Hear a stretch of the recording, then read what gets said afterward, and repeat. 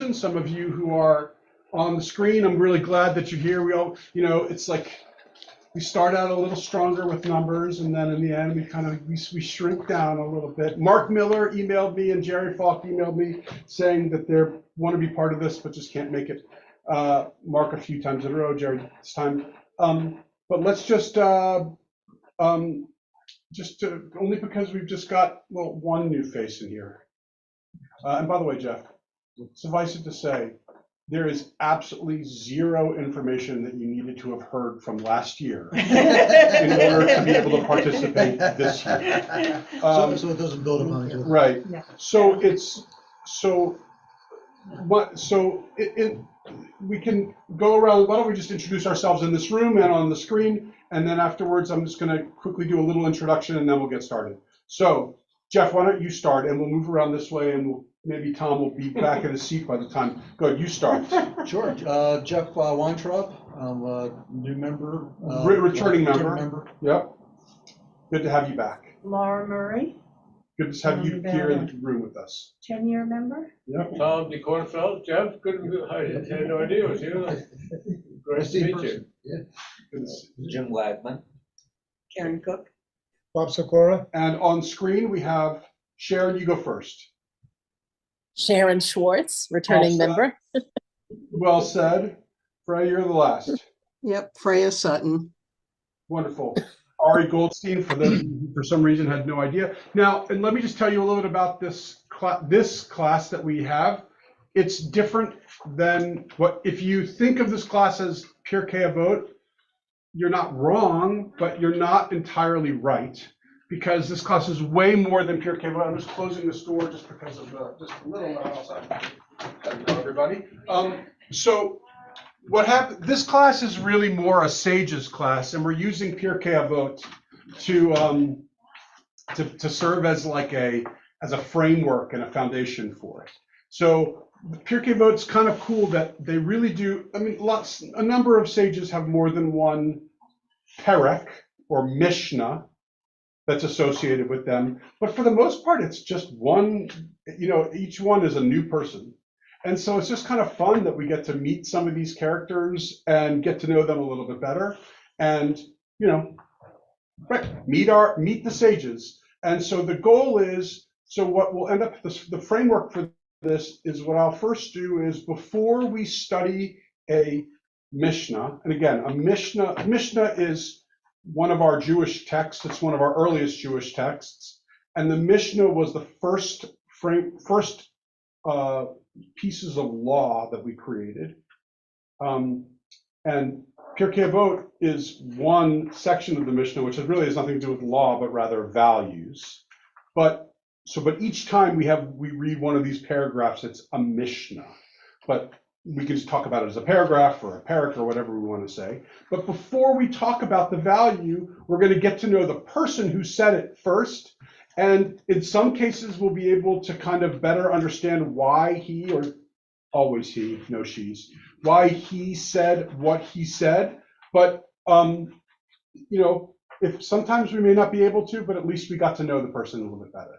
So what will happen is every single week, you'll have the sheet which has the actual Mishnah, the statements from Pirkei Avot, and also a supplementary page, or many pages that I will have sent, in which I compiled all sorts of stuff about the person from the actual texts, and we're going to be learning about them based on the texts. Now, let me just give you, just because it's the first class back in a while, let me give you a sense of where this text falls in our bigger corpus of literature.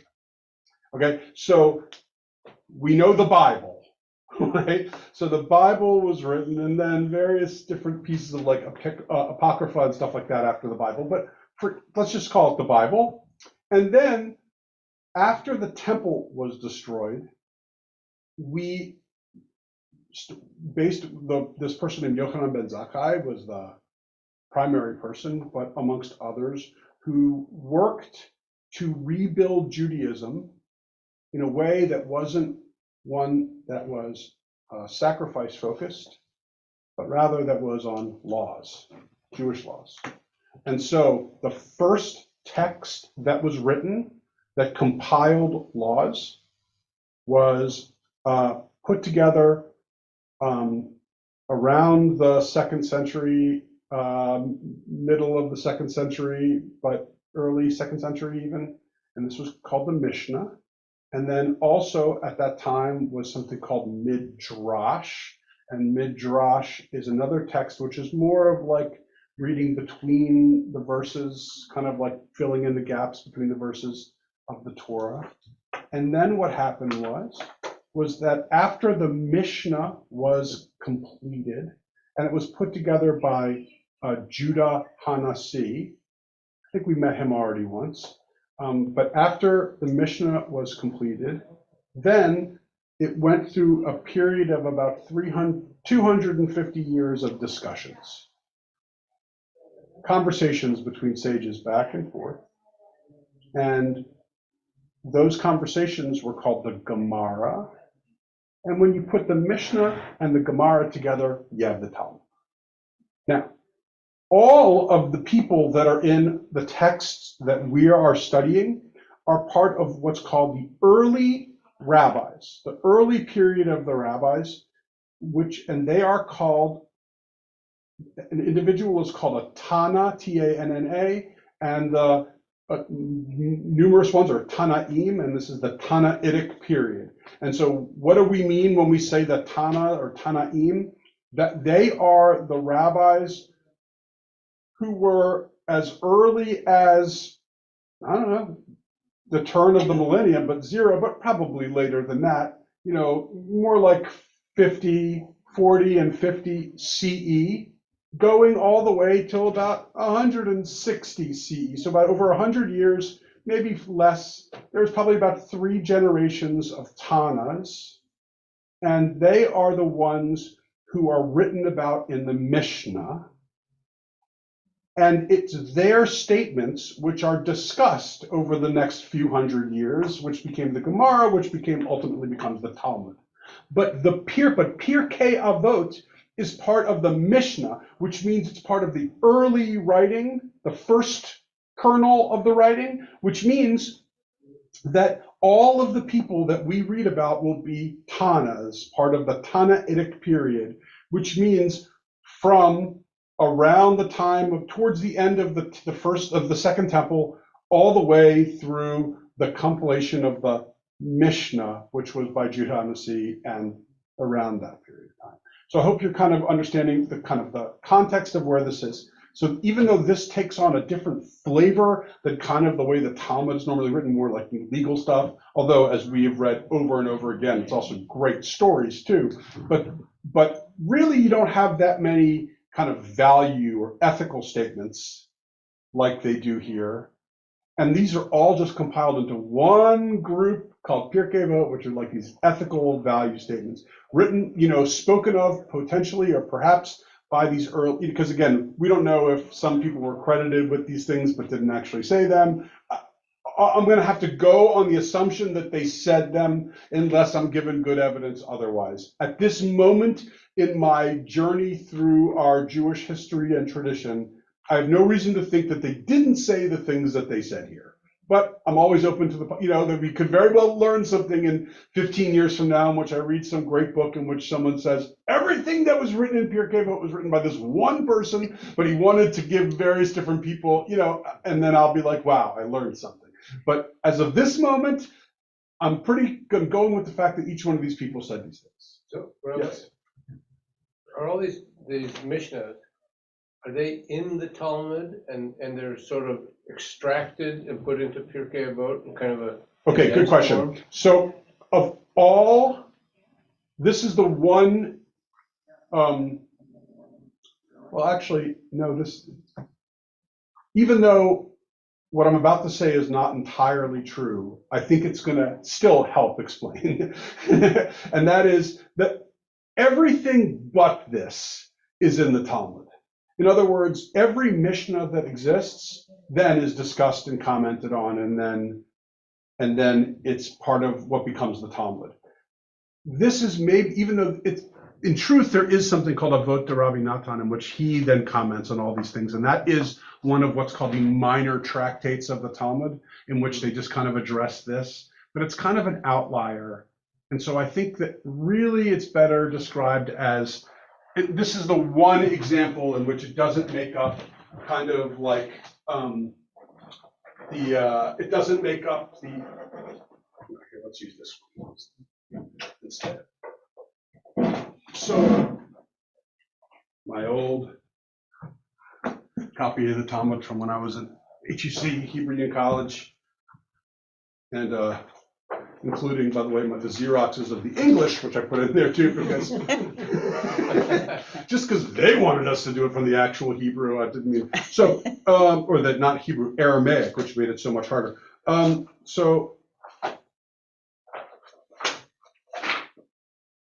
Okay, so this is what a page of Talmud looks like this. Again, what I'm trying to do is just show you that. So every once in a while you'll see, and I'll pass this around if you want, but it'll have like bigger font, and you'll see, you know what, I'm just going to circle it and show it to you guys. So here and here. So, and I'll pass it around. So if you see, it's like, because I don't use this anymore.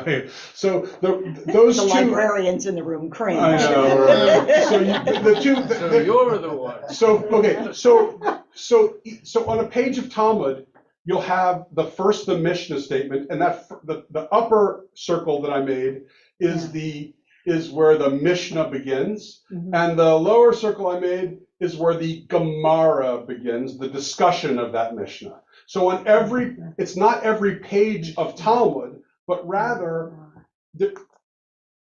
it's however many pages it takes to discuss it until we finish the discussion and we get to the next Mishnah. And so then if you turn the page, you're likely to see another one, or maybe it's 2 pages away. But the point is, and so what they do is it's every page of Talmud includes the Mishnah and then follows with all the discussion. And oh, by the way, the stuff that it's around the edges of that inside text, that varies from edition of the Talmud to edition. When I say edition, I don't mean like, you know, the 1927 edition versus the 1957 edition. I'm talking about whether it's the Vilna edition or the Bialystok edition or the Kiev edition of the Talmud, but typically there are a handful of things which all editions have. And then it's just a couple of the little minor things which distinguish one from the other, but as far as we're concerned, it's irrelevant.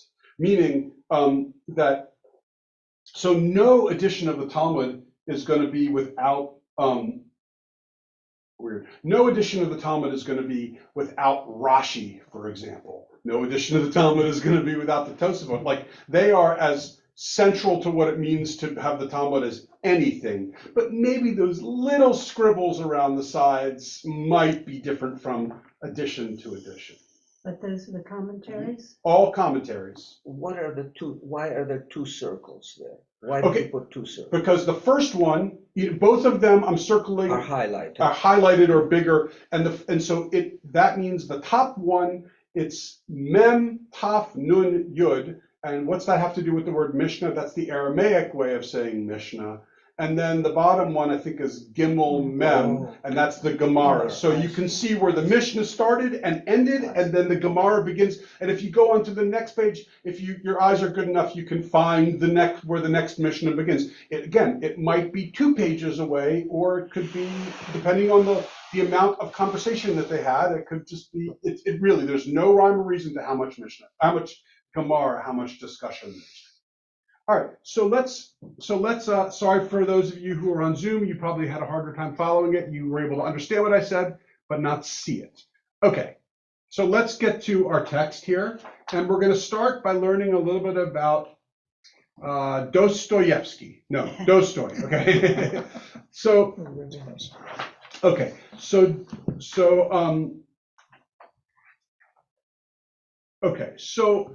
let's start this way. Oftentimes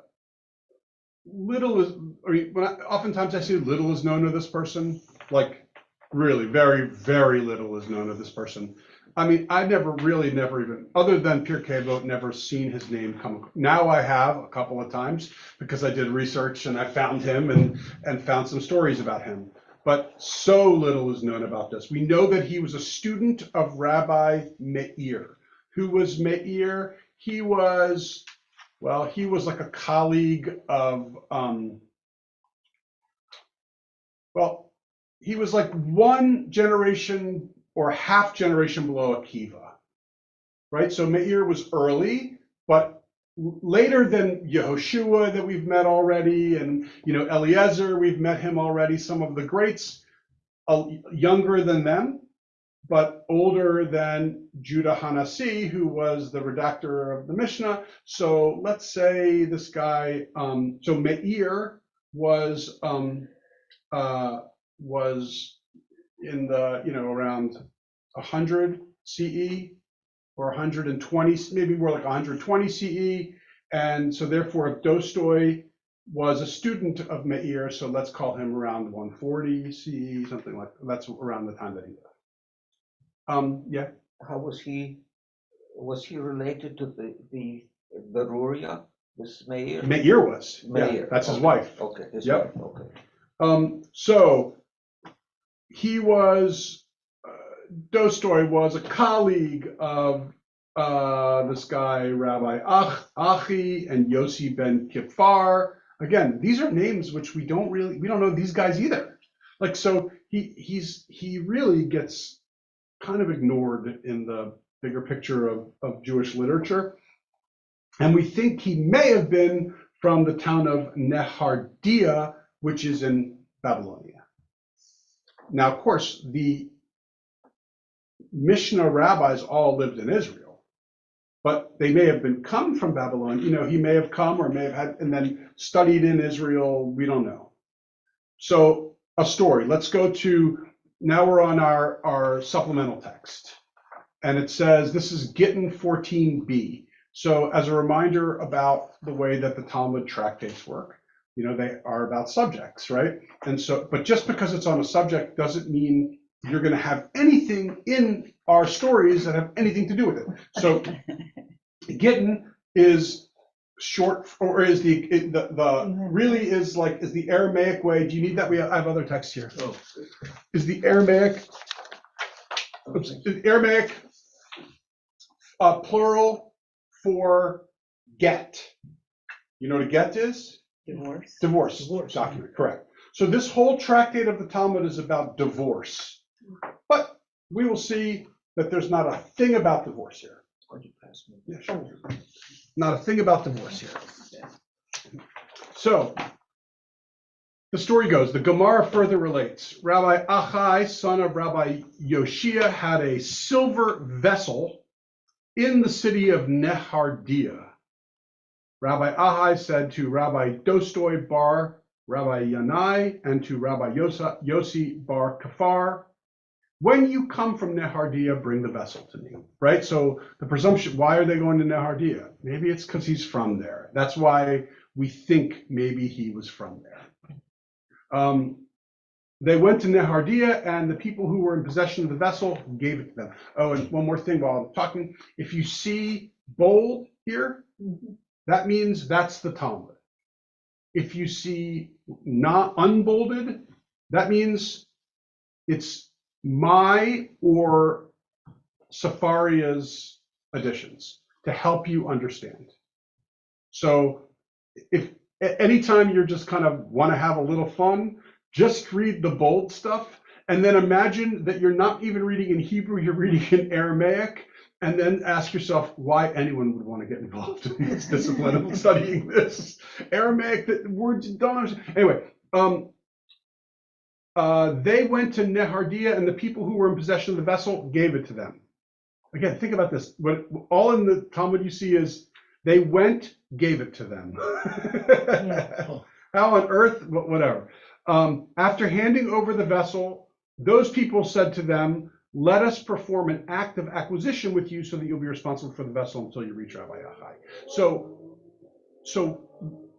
basically what are they saying? They're like, we need to get a notary here just to prove that we passed the vessel into your hands. I was laughing because I was reading paragraph 2, just the bold. Right. And it's yes, no, yes, no. Correct. And so the agent said to them, no. Right. It's right. It's said to them, no. We do not want to do this. They said to them, if so, return the vessel to us. Right. So this makes sense. Like, if you're not going to like at least sign, something saying that I gave it to you, then I'm not going to because then something's going to happen to it, and then we're going to be responsible for it. They said, if so, return the vessel, as we do not wish to transfer it in such a manner that we will retain responsibility. Rabbi Dostoy, son of Rabbi Yanai, said to them, yes, you're right. I am willing to return it. Dostoy Rabbi Yossi Bar Kfar said to them, no, as you do not have the right to retract in this situation. In other words, so Dostoy says to these people who he took the vessel from, all right, take it back. Right? Obviously they don't, he's calling their bluff. Mhm. But Yossi says, no, I'm not going to give it back. We need to bring this to our friend, so I'm not giving it back to you. We didn't come this way and make this side trip over here to, not to get what we needed to get. So they tormented Rabbi Yossi Bar Kfar to force him to agree to return the vessel. Okay, by the way, tormented, means they beat him up. Okay. Rabbi Yossi Bar Kfar said to Rabbi Dostoy, see, my master, what they're doing to me? They're beating me up. Help me. Dostoy said to them, the others, not his friend, you are acting well. Hit him.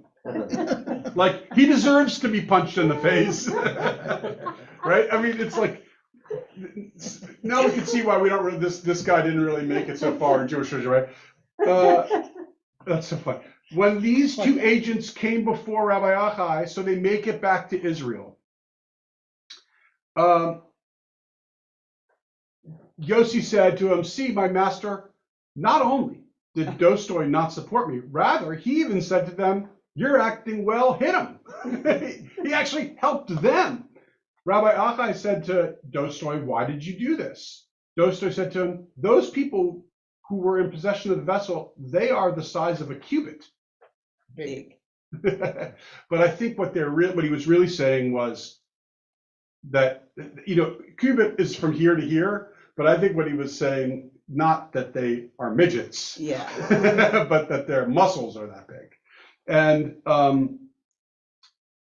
their hats were a cubit, and they spoke from their midpoints like deep.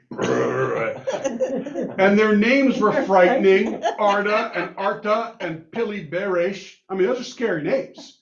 Like, if I said to you, my name's Pili Beresh, you're thinking to yourself, yeah, go easy, that's scary. If one were to say to them, restrain this person, they would restrain him. If one were to say to them, kill him, they would kill him. In other words, they could do anything. They're bodyguards. Yeah, had they killed Dostoy, me, who would give Yanai, my father, another son like me? Like, okay, give me a break. Like, I had them beat my friend up just so they left me alone, just because my father would be sad because he wouldn't be able to have another son as good as me. Rabbi Achai said to him, are these people close to the government? Dostoy said to them, yes. Achai asked, do they have horses and mules that run after them? In other words, do they have servants performing their bidding? Dostoy said, yes. Achai said, all right, then you acted right. Okay, what does this tell us about Dostoy? He's not exactly the nicest guy in the world. Like, at best, at most, like, you want your friend to stick up for you a little bit. Not only did he not stick up, he actually made it worse. And then he comes back and explains himself. Like, the only thing about it that I would love to have known what's missing from the story is what that trip back from Nehardia to Israel. We're like, did those two even look at each other, say a single word to each other? We don't know. But so what do we know about this guy Dostoy? All right, so he wasn't much of a friend. He kind of did his own thing, I guess a little arrogant, to be sure. So another story about Dostoy. This comes from Baba Batra. Rabbi Dostoy, son of Yanai, taught, come and see that the attribute of the Holy One, blessed be he, is not like the attribute of flesh and blood. Meaning, flesh and blood is the metaphor for a human being as opposed to God. An illustration of the attribute of flesh and blood is that when a person brings a great gift to the king, it's uncertain whether the king will accept it from him or will not accept it from him.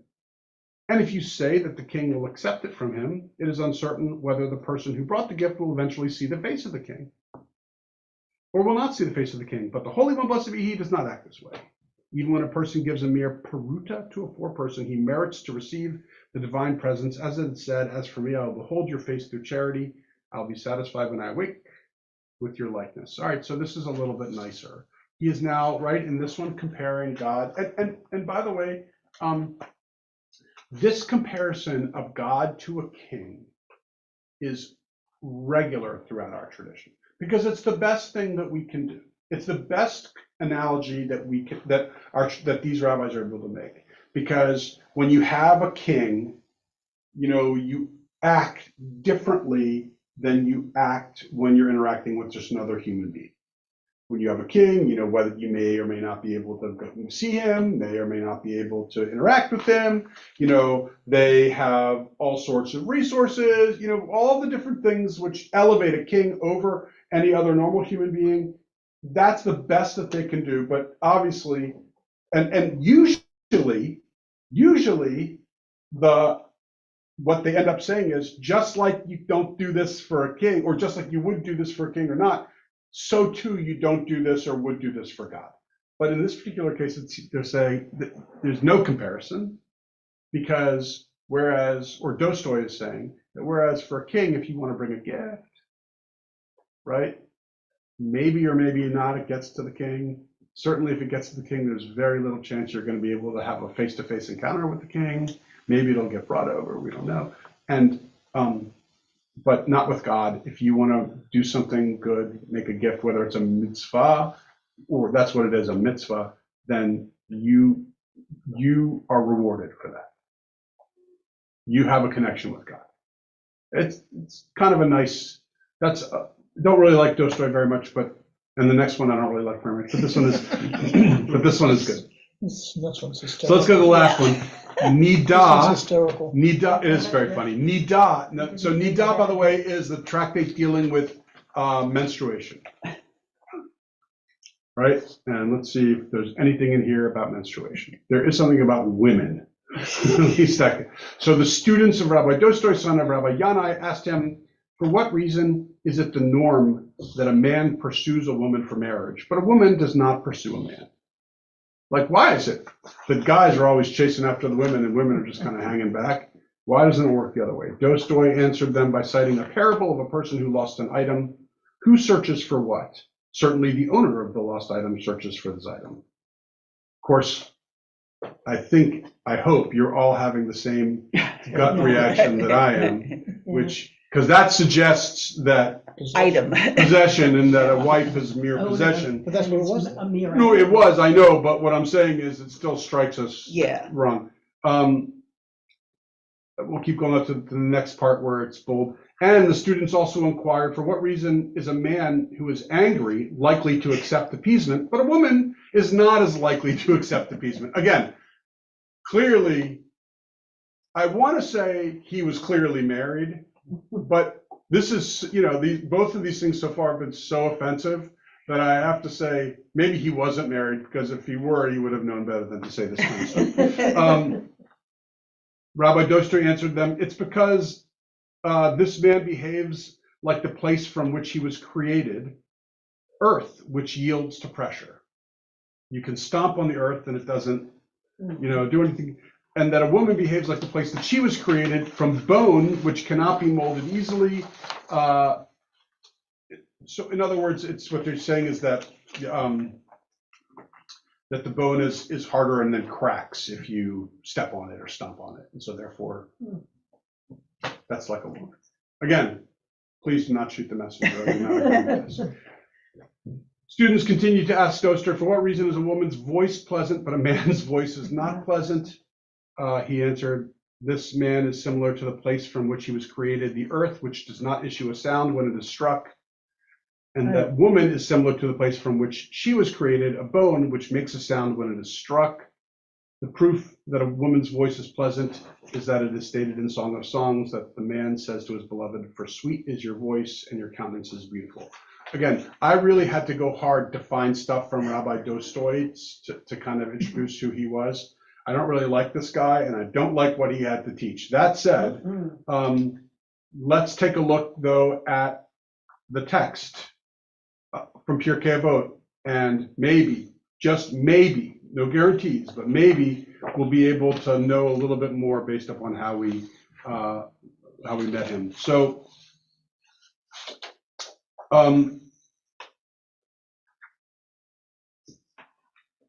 so it starts out, Rabbi Dostoy ben Rabbi Yanai said in the name of Rabbi Meir. So again, we're on Pirkei Avot 3:8. Does everyone see? No. So now we're on this page, or the document that you had, that you've had all along with all of the Pirkei Avot passages. Yep, 3:8. So it starts out by he saying something in the name of his teacher, right? So what do we know about this? What we're learning about this is that it wasn't even his original thought. Now, you can teach, do you need do you have 3:8 there, Bob, or not? Just in case. It's probably inside there, right? We're on 8. Oh, 3:8, okay. Yeah. So, That's, yeah, no, it's in that. It's just, yeah. Okay. So what do we learn? So yes, so is that at least we can learn the value of a Jewish tradition which is called B'Shem Omro. B'Shem Omro, maybe you know some of the words. Be means in, Shem means name. B'Shem Omro comes from Omer, which means say. Or so B'Shem Omro means in the name of the speaker. And in Jewish tradition, they place an important value on if you heard this from somebody, say who you heard, essentially cite it. Give attribution. Right. Don't just take credit for it. Don't plagiarize. Correct. So B'Shem Omro, and so he gives Meir credit for it. Now, good for him for giving, or good for everyone for giving Meir credit for this, but at the same time, it does speak further about the fact that, he didn't really have that much to say. In any event, what is the value? Whoever forgets one word of his study, Scripture accounts it to him as if he were mortally guilty. Now, I think probably the Hebrew is maybe better said as puts himself in danger. As it is said, but take utmost care and watch yourselves scrupulously so that you do not forget the things that you saw with your own eyes. That's from Deuteronomy. One could have inferred that this is the case even when his study proved too hard for him. Therefore, Scripture says that they do not fade from your mind as long as you live. Thus, he is not mortally guilty unless he deliberately removes them from his heart. So what are we learning from this? If you study and you forget, it's not good for you. Unless, of course, but then they qualify it and say, that's only if you intentionally forget stuff. But that, of course, can be explored in many different ways. What does it mean to intentionally forget something? Like, I remember when I was younger, meaning 10 years ago, or maybe 15 years ago, but when my kids were younger, and I would say, and they would say to me, and Jeff, maybe you know what I'm talking about. They would say to me, oh, it was an accident. Something happened, it was an accident. And I would say, yeah, but I warned you. And they say, yeah, but it was an accident. Like, I would say, okay, you're walking from there to there with a big, bowl of whatever, it's going to spill. Don't do that. And they would still do it, and then it would spill, and then they would say it's an accident. And I would say, I agree that you accidentally did it, but it's not an accident, it's a purpose. I agree that you didn't want it to happen, but I warned you, and yet you still did it. And so it's hard for me to experience what you're saying now as an accident because I warned you, if that makes sense. And so I used to call them purposes. That you intentionally did not try to make sure that this accident wouldn't happen, right? And when I warned you, and so and maybe that's, and so it's hard to know, like, obviously deliberately forgetting means that you're not, right? You learn something, but you just choose to just, I learned it, it's like cramming for an exam.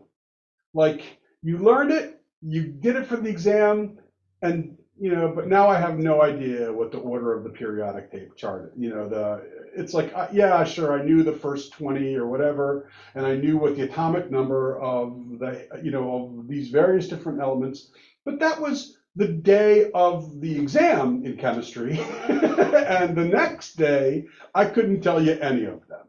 I just remembered them for the exam. Now, so that's deliberately forgetting, but is it also deliberate forgetting if you know that you need to work on this to keep it in your mind and you don't, right? It's like when you studied in good faith, but you've just now moved on to different areas. Is it deliberate? I guess I have a question about the last sentence, and I don't know how the Hebrew is, but the translation anyway.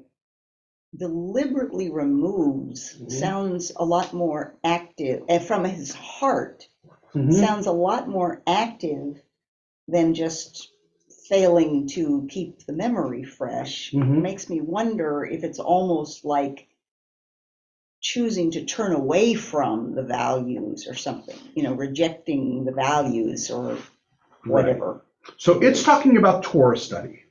Right? And you, all the things that you learn from the Torah and all the things that you've learned in your various different moments of study.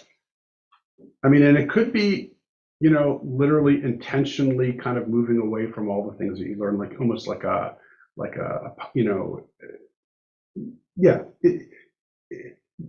But at the same time, it could, but I mean, I read this, and I could be wrong, but I read this from a much more benign place, which is just, like, if you don't keep practicing the guitar or the piano, you're gonna forget it. You're not gonna be able to play it anymore. If you don't keep, if you care about various different values or learning opportunities, and then you choose to focus on a different thing, then you're just gonna forget it. But what this is saying is that, and I think what it's saying is that, but forgetting this, it has the consequences are greater, because if you forget laws or traditions, then you're likely not to do them. If you forget what you're supposed to do on Passover, if you forget, the lines of the Shema, then you're going to make mistakes, and then you're going to be in a place in which you're putting yourself in danger, because you're not going to be judged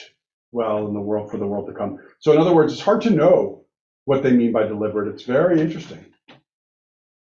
Well, yeah, especially because earlier it was talking about forgetting, and this is removing.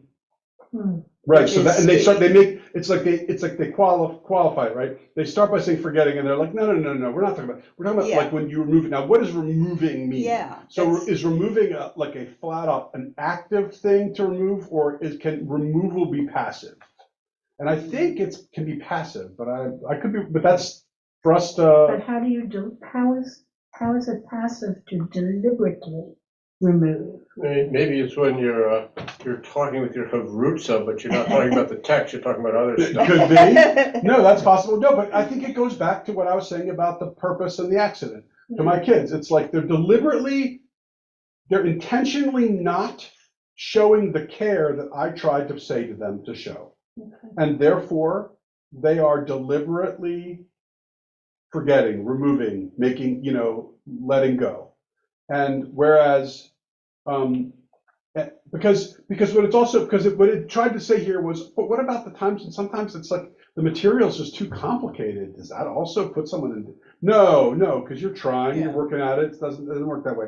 Or what's not said here is, and what about a person who, as they get older, they're struggling, their memory isn't quite what it used to be, and how many times have I heard the expression, this person's forgotten more than you'll ever know, right? You've heard that expression before, right? So it's like various different stages of a person's life, we get the fact that Deuteronomy is the book where all the laws are, right? well, The rules. all through, but Deuteronomy has a lot. It's the repeating Right. of many of the laws, Okay. that's for sure. So this could be, like you're saying, that going back to your example about your children, that you're kind of like picking and choosing which laws you want to follow by deliberately removing that one from your mind, That's true too. I really think this bacon smells good. So Right, so I'm gonna eat that one. I guess I'm gonna deliberately. See, I think forget. but I think that is so actively, again, I don't know, but I think that is so intentionally kind of objectionable that I don't think it's referring, I think he's talking about something, saying like, I think what he's saying is, you gotta keep at this. You can't just, this isn't the type of stuff which, now granted, I'll finish saying what I'm about to say in a minute, but the punishment still seems a little strong. But now, I think what he's trying to say is, if you don't keep refining and polishing and keep at it, then you're gonna forget it, and you're gonna lose it. And the same can be said for, and I'm not pointing out anyone in this room specifically, or on the Zoom specifically. So I just want everyone to know, I'm not referring to any of you specifically. But look, one of the reasons why none of you in this room need to learn this as a way of kind of helping you in your life. What I mean by that is, like, it's not like, well, you study this with me, this could lead to advancement in your job, right? No, you're here because you're interested, you care. I could teach, I think, if I said to you, I am going to teach a class on I was going to say the influence of the printing press. Right, Karen is like, ooh, that sounds great. Like, Yeah, but I know. you'll all. I teach a class on that all the time. You'd be here. You'd be here if I said to you, you know what? I think next time I'm going to teach a class on the importance of this book and what it's, like, you'll come, right? Because it's not just like, I try my best to come up with kind of interesting, fun, new kind of topics. But the fact is part of the experience here is because you all, I think, and I'm talking about you on Zoom too, I think, but I don't want to make any assumptions, like, know that one of the secrets to staying young is continually exercising your brain, right? My father, 86 years old, still teaches at Tulane. I'm so proud of him. And I know that the day he stops, I worry. But so long as he's teaching, I'm delighted. Because his brain is moving, he's reading, he's thinking about, he has to put grades together, sometimes he's got to put a video on, his brain is always moving, right? The moment he stops teaching and he's just kind of sitting around and, then it's like, then his brain kind of goes to rest. And again, that's a huge statement. I hope he's not watching because I don't. But my point is that it keeps his brain so fresh, and I think that so many of us also, right? And me too. I do like to do crossword puzzles and stuff. Why? Because it feels like I'm exercising my brain. And coming here, it's like you're exercising your brain. And I think Dostoy is basically saying something to that effect. Not exactly, because he's not talking about specifically what I'm talking about. But what I think he's saying is, you got to practice this. You got to keep at it, or else if you don't, you're going to lose it. But then again, the punishment of guilty, mortally guilty, or puts himself in danger, that's a little bit much. But the bigger point, I think, is very much true. Yeah. This sounds like a passage in Deuteronomy which asks people to put tefillin on, which are mnemonic devices. You put them on your hands and Right. on your heart. And is that the passage that they're referring to? Uh, So that, it might be actually. I mean, I was going to quickly say no, and then I So was they thinking, don't maybe it get actually from your is. mind. Yeah, I think you might, Or nine. I think you might have nailed that. Yeah, which, let's see, 4:9. So, I'm just skimming.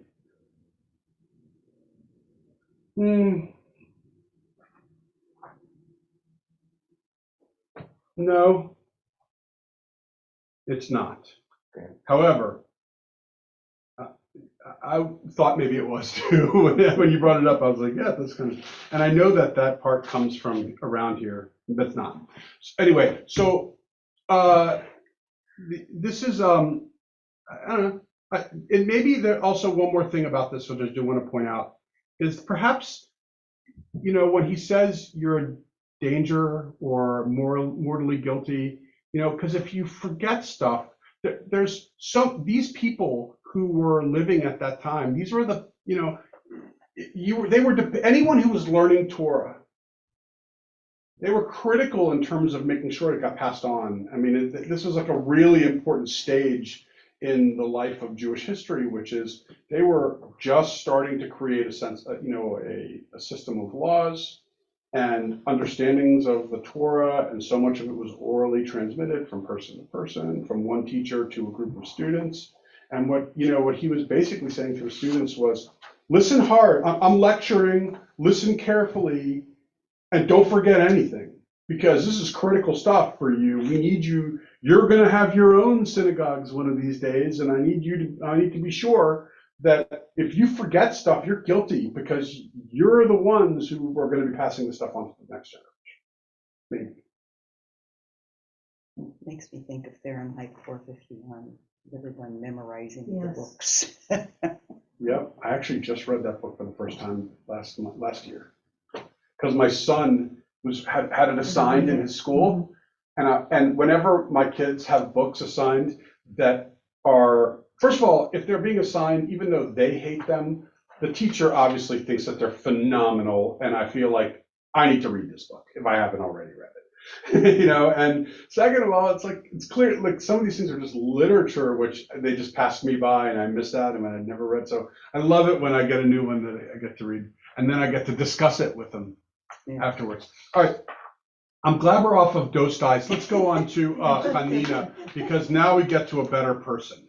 Now we only have 10 more minutes or 12 more minutes, so we're not going to even come close to reading all of the things about Hanina. However, let's just start. So let me first give you a little intro to Hanina. Hanina lived prior to the destruction of the temple, and then after. So he was a student of Yochanan ben Zakkai, who was that, so he was part of this early generation of, for those of you from last year, when you remember, we talked about, Yochanan had all these students, and what did they say? And these were the 4 students, and so he was part of that generation of students. Now, he lived in a place called Arav, which is in the Galilee of Israel, north of Sipori, but not much is known about that place, but that's where he lived. He had kids, but we don't know much about him. He was married. We know a little bit about his wife. He was poor. We get that sense a lot from the stuff that we read about him. And just want to say one more thing. He was famous. And the reason why I can tell you one thing about it famous, Elie Wiesel, in one of his many books, but in this book, which I love, he has a whole chapter on Hanina. And if, from time to time, I'll read just small excerpts from what Elie Wiesel has to say about this guy. But in the meantime, so let's take a look at the first passage about him from our supplement. So it's from something called Kohelet Rabbah. So Kohelet is the book of Ecclesiastes. Rabbah is the midrash on Ecclesiastes. Now remember, the Midrash was written at roughly the same time, so it's early material.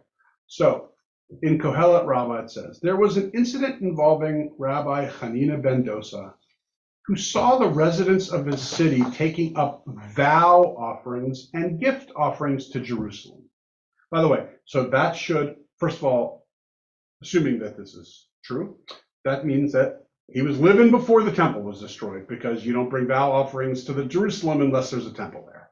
Okay, so he said to himself, everyone is taking up vow offerings and gift offerings to Jerusalem.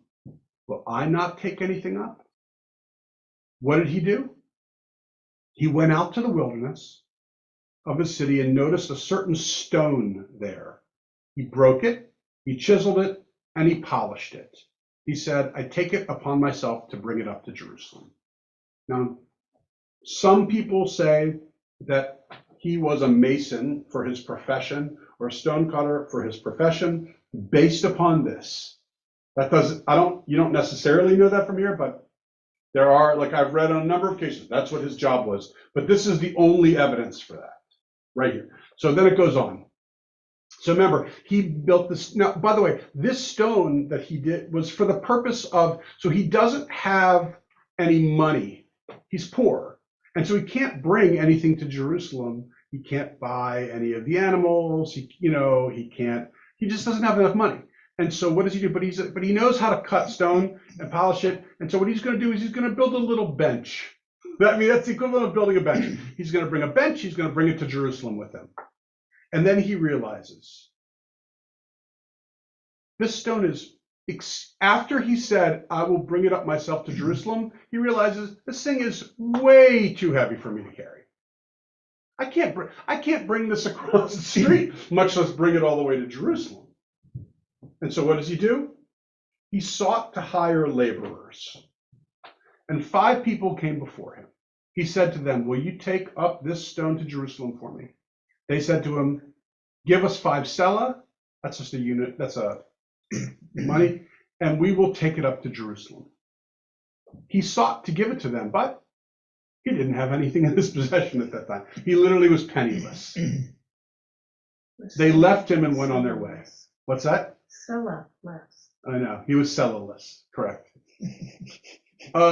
So, I mean, this is so funny, right? It's like the person who, like you ever see the TV show NCIS, the originals with Gibbs. So he's building this boat in his basement. How does he get it out? How does he get it out? Right. I always thought of that. Right. It's like, and same thing here. It's he chisels and cuts this huge stone and he turns it into a bench. Now what am I supposed to do with this thing? Anyway, so the first group says they can't do anything happen. So the Holy One, blessed be he or she, arranged for 5 angels to appear to him in the guise of men. He said to them, will you take up this stone to Jerusalem for me? They said to him, give us 5 selah and we will take your stone up to Jerusalem for you, provided that you join us in carrying the stone with your hand and finger. So it's like, you want help? You got to help. You're not just hiring us, you got to help us. So he puts his hand in with his hand and finger, and they found themselves standing in Jerusalem. So he was magically transported. So now I'll give you another, Hollywood reference, and that is Harry Potter. Yeah. You ever see Harry Potter? There's something called a port key. Right, everyone, touch it new, and they go in there and it's another place. So he sought to give them their payment. Of course, he didn't have it, but at least he was going to somehow work something out with them. But he couldn't find them because they were angels. He entered the chamber of the hewn stone and asked after them. They said to him, it appears that ministering angels took your stone up to Jerusalem. And they read this verse in his regard. Have you seen a man diligent in his labor? He will stand before kings. Read in his regard, he will stand before angels. And so if you're having a hard time understanding that, it's because the word king is melech or malachim, and angel is malach or malachim. And so what they're saying, they took this verse from Proverbs and they just said, for him, instead of, that verse implies, read it as he stands before angels. So what do we learn from this about Hanina? Poor, earnest, care, diligent at trying to, here are some of the things I would describe him as: poor, earnest, kind of like sincere, right? He worked well with his hands, he somehow was worthy of meriting miracles.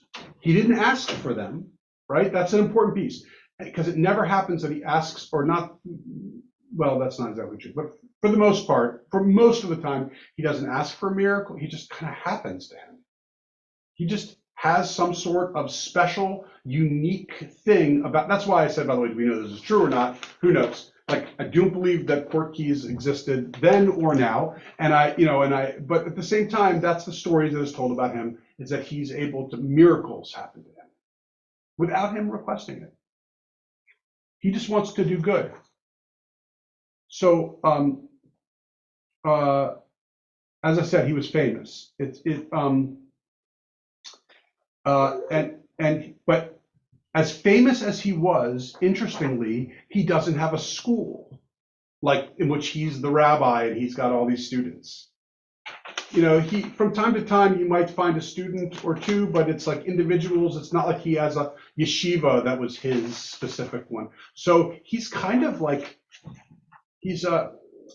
how do I describe him? He is, what's remarkable about him is he's kind of like, when you think about the Baal Shem Tov, for example, you think about how he was famous for being this guy who was cared about intention and about prayer, less about legal stuff, more about concentration. And that's Hanina too. He was less about the laws and more about just intention and the frame of his mind. In fact, Hanina, as famous as he was, very few laws are attributed. Like 3 total things are attributed. There are many stories about him, but in terms of like what we learn from Hanina, he says this. There are very few things about him in all of our literature. Like, so here's another story example. This one comes from the Jerusalem Talmud, which is the lesser of the 2 Talmuds written in Jerusalem, but less. But the Babylonian Talmud is what we think of as the Talmud. The Jerusalem Talmud is kind of like the I don't want to say it, the sister. Okay. But in the Jerusalem Talmud it says, they said about Rabbi Hanina ben Dosa that he was standing in prayer when a brightly dotted snake came and bit him. He did not interrupt his prayer. They went and found that dotted snake lying dead at the entrance of its hole. They said, woe to the human who was bitten by a dotted snake, but woe to the dotted snake that bites Rabbi Hanina ben Dosa. So, That's pretty powerful. yes. So another miracle, this poisonous snake comes up and bites him, but he's utterly unaffected. But I think really what this story was coming to show us was about how he would just be he couldn't be interrupted, or he couldn't be distracted from praying. Like, he put all of his heart and soul into it. So another example of It's who like he was protected. Yeah, he It's was like he was protected. protected. Yep, it's exactly correct. By the way, there's another snake story about him, which we're not going to get to today, but we'll get to next time. Let's take a look at the next one, which is, from Ta'anit. Ta'anit is, and by the way, the page Ta'anit, page 24, the B side, and then 25, the A side, is all about Hanina. So there will be a fair number of things that I pulled from Ta'anit. But this part of Ta'anit, it says, the Gemara continued to discuss the righteous Rabbi Hanina ben Dosa and the wonders he performed.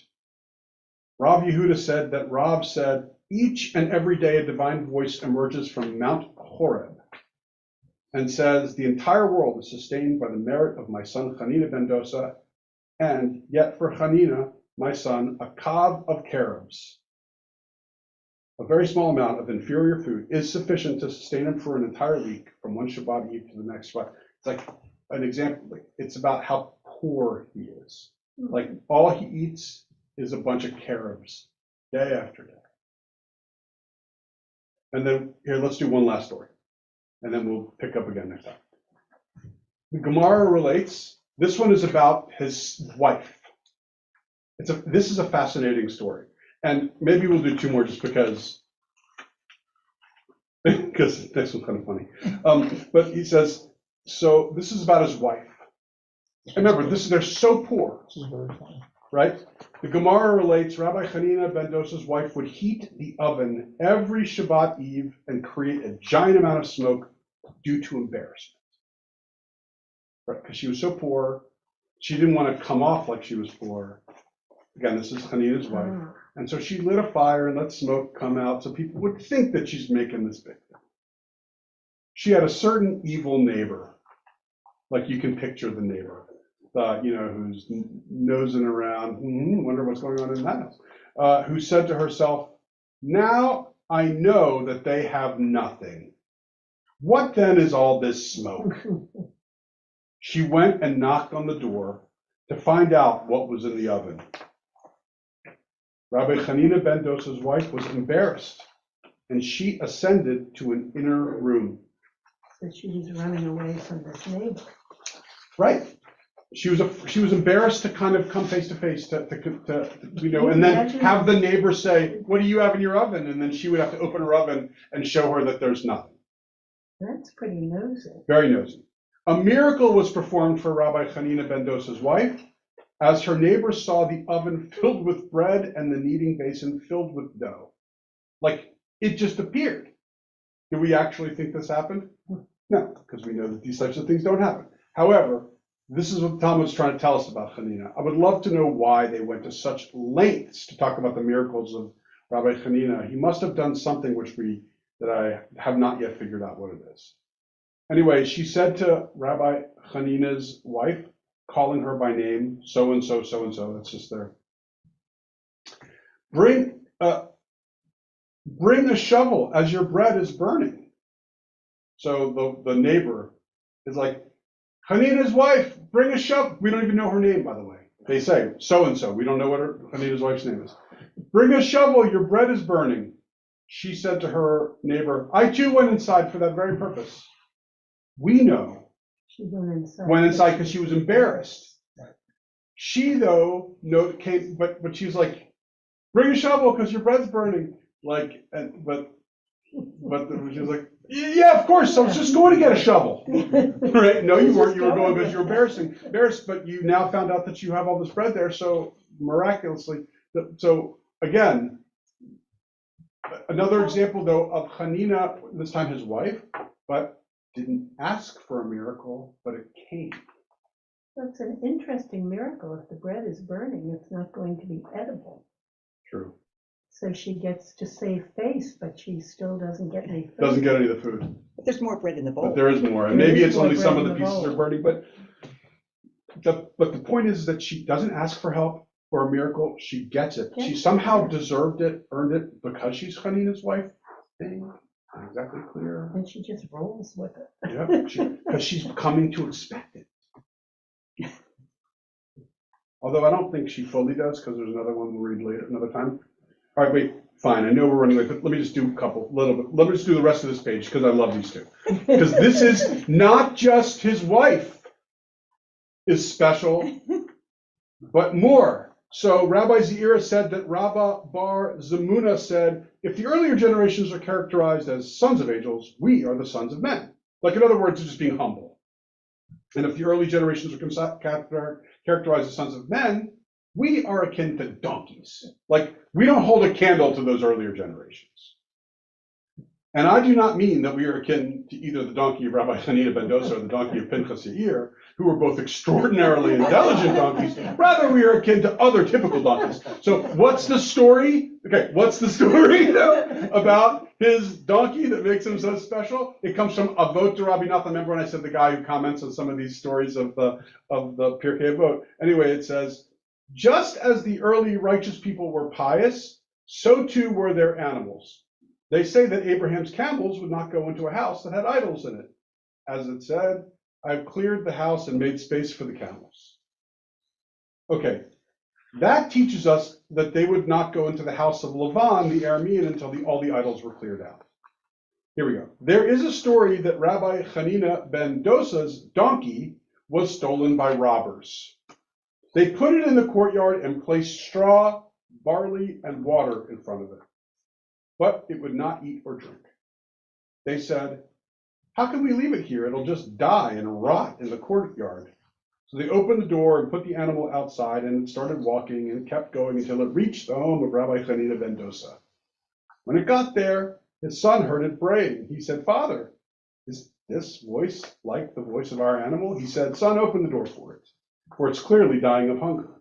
He got up, opened the door, put straw and barley and water in front of it, and it ate and drank. That is why they say, just as the early righteous people were pious, so too were their animals. So I guess what this one is pointing out is Hanina even had a famous and special donkey. And that's because the donkey was stolen by thieves. And as they were trying to feed it, it wouldn't eat. Now, why wouldn't it eat? It's kind of like when a person says, I'm not eating that, it's not kosher or whatever, I don't know where you made it, I'm not eating. No, in this case, the donkey was like, I'm not going to take food from thieves. Because that's not what a holy animal does. And so it literally went on a hunger strike until they let it go free. It made it crawling back to Hanina's house. He quickly feeds it. Everything is good again. It's not that it was not eating because he doesn't want food. He's not eating because he doesn't want food from thieves. Like, that's how great his donkey was.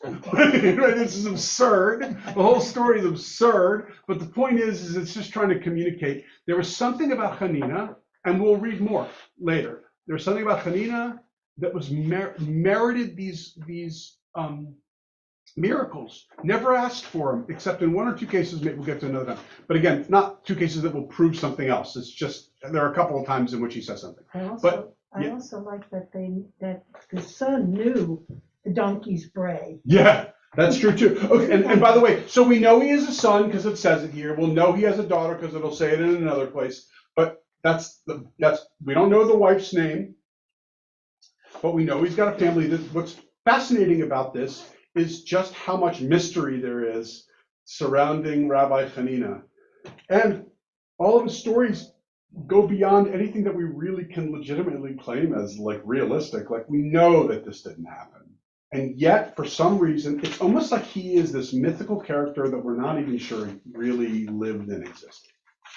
But they wanted to, we don't know. Like, I think he did. He's mentioned way too many times for him to be a fully made up character, but he kind of reminds me of the Baal Shem Tov, in which the Baal Shem Tov, you don't know if these stories are really true, and lots of these stories about the Baal Shem Tov are made up just because they wanted to just continue to elevate the person that he was and to enrich the myth of the Baal Shem Tov, whether all these stories were true or not.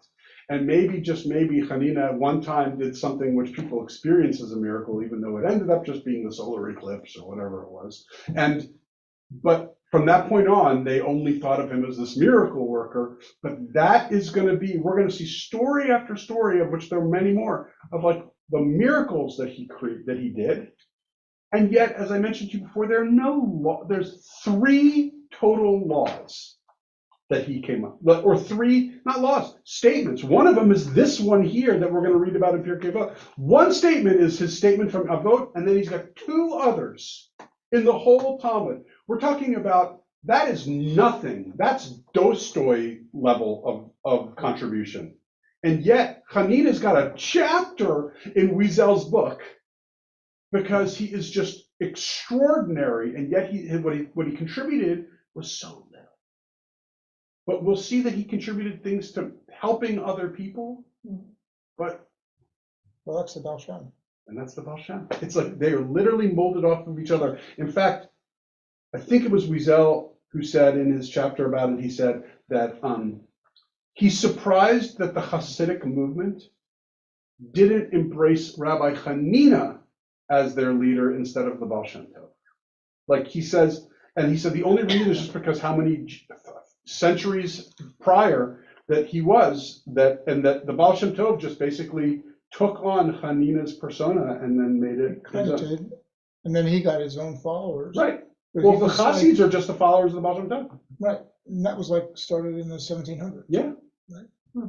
So it's, and Hanina was Well, he's obviously was very favored because all these miracles were right. being. And you're gonna see, bestowed and we'll upon see him. so many other ones, and then we're gonna read about what he has to say about it, about his own, insight, and we'll say, it's gonna be somewhat curious. But we'll pick up with this next time. I have to write a little note to myself about where we left off, because I've noticed that I have neglected to do this, and I then say, where are we? So, start. So that would be the 14th. Yeah, so I'm gonna miss it. In other words, we'll get back from the, Oh, yeah, we'll all be back. Can I call you right back? are you going to Okay.